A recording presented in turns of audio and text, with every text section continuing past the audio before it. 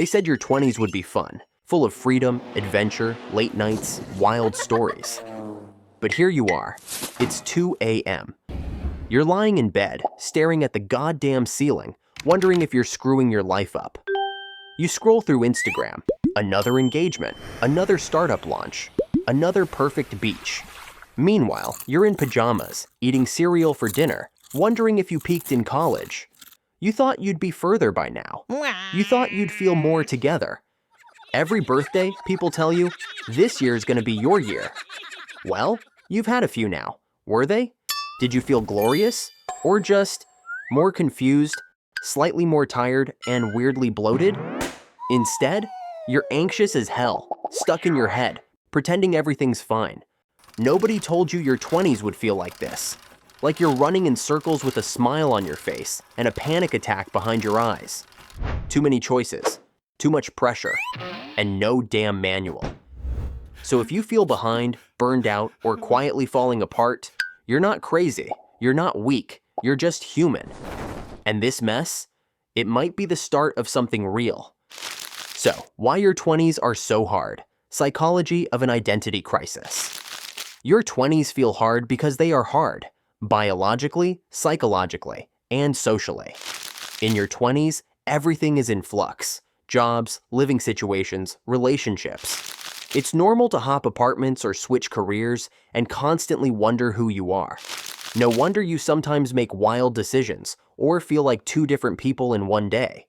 Your brain is under construction, like a city skyline at night. Confusing and messy, but essential for growth. Yet, being a work in progress doesn't exempt you from pressure. In fact, the decisions you make now carry disproportionate weight. Dr. Meg Jay calls the 20s the defining decade for a reason. Your 20s set the stage for your career trajectory, relationships, and even personality growth. This is quietly terrifying. Every choice now can echo for decades. It creates a constant undercurrent of cognitive dissonance.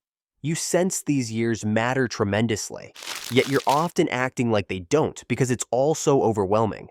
You want freedom and stability, adventure and certainty. Your mind ends up in civil war with itself. Social comparison is constant and brutal. We're wired to measure ourselves against others, but social media amplifies it into a 24/7 highlight reel. In your 20s, this hits harder because everyone's on different timelines. One friend's married, another's freelancing in Bali. You feel behind, even if you're not. At the same time, there's another war, the real you versus the version you perform. Many of us wear a false self to win approval, from parents, society, even ourselves. But living someone else's script leads to confusion, anxiety, even depression. As Gabor Mate warns, abandoning authenticity always has a cost. Then comes the dopamine trap, scrolling, binge-watching, numbing yourself with distractions. These habits soothe the moment but sabotage your momentum. You're stuck avoiding the discomfort that could actually change your life. And the kicker? Too many choices. The freedom of your 20s can paralyze you.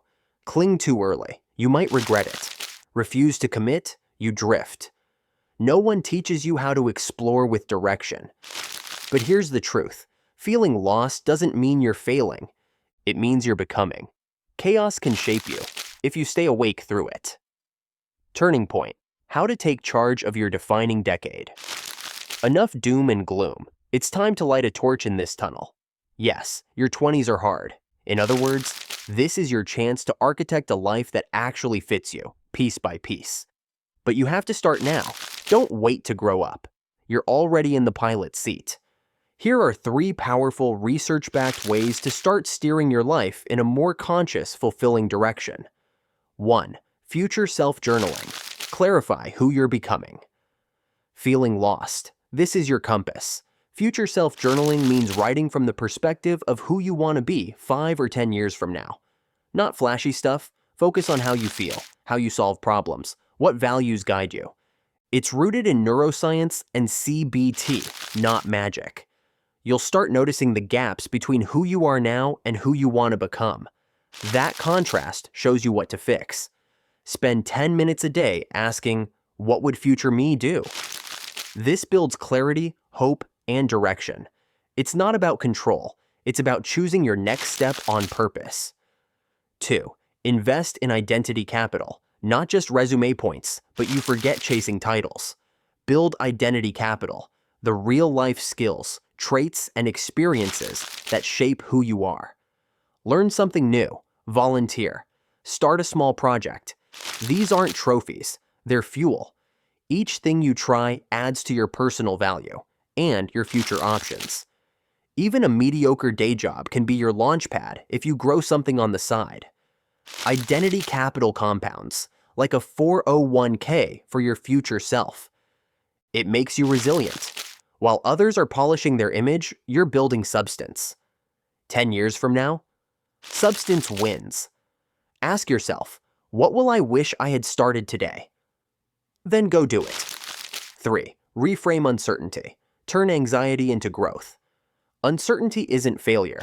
It's your brain in progress. CBT teaches us to reframe these moments. Instead of spiraling, I'm behind, ask, what might this teach me? Uncertainty forces growth, curiosity, and values-based decisions. Try this. Set a decision deadline. Or use the regret test. At 80 years old, which choice will you wish you'd made? Anchor big decisions to your top 3 values. Most 20s choices aren't permanent. They're experiments. So treat them that way. The goal isn't to have a map. It's to develop your internal compass. The more you walk through the fog, the more you realize you're not lost. You're becoming. Embrace the suck and shape it. A question for your future self. That feeling of being lost, it might not mean you're broken. It might mean you're growing. Discomfort is how your 20s stretch you. Awkward, confusing, but necessary. Maybe you're not falling behind. Maybe you're building something your future self will one day thank you for, even if no one else can see it yet. So ask yourself, what if your 20s aren't about finding the perfect path, but choosing which struggle is worth it? The pain of discipline, or the pain of regret. The fear of starting, or the misery of staying stuck. Ask, what would future me want me to do today? Start there. Not perfect, just true. These next words aren't coming from a creator. They're coming from someone who could one day become a quiet, unexpected friend to you. I'm not a guru. I'm not above this. I still doubt myself. I still compare. I still mess up. But one day, I got tired of waiting to feel ready. So I started, slowly, quietly. That's what this video came from. Not confidence, not clarity, but the decision to stop living life on autopilot. If you feel lost right now, just know you're not failing. You're unfolding. You don't need to leap. You just need a next step. Leave a comment if you're struggling. You don't need to say much. I'll be listening. Sometimes saying, "I'm not okay," is the strongest sentence in the world. And if you think someone else might need this, share it. Not for me. But because someone close to you might be quietly fighting a battle they've never said out loud. And this might be the first time they feel seen,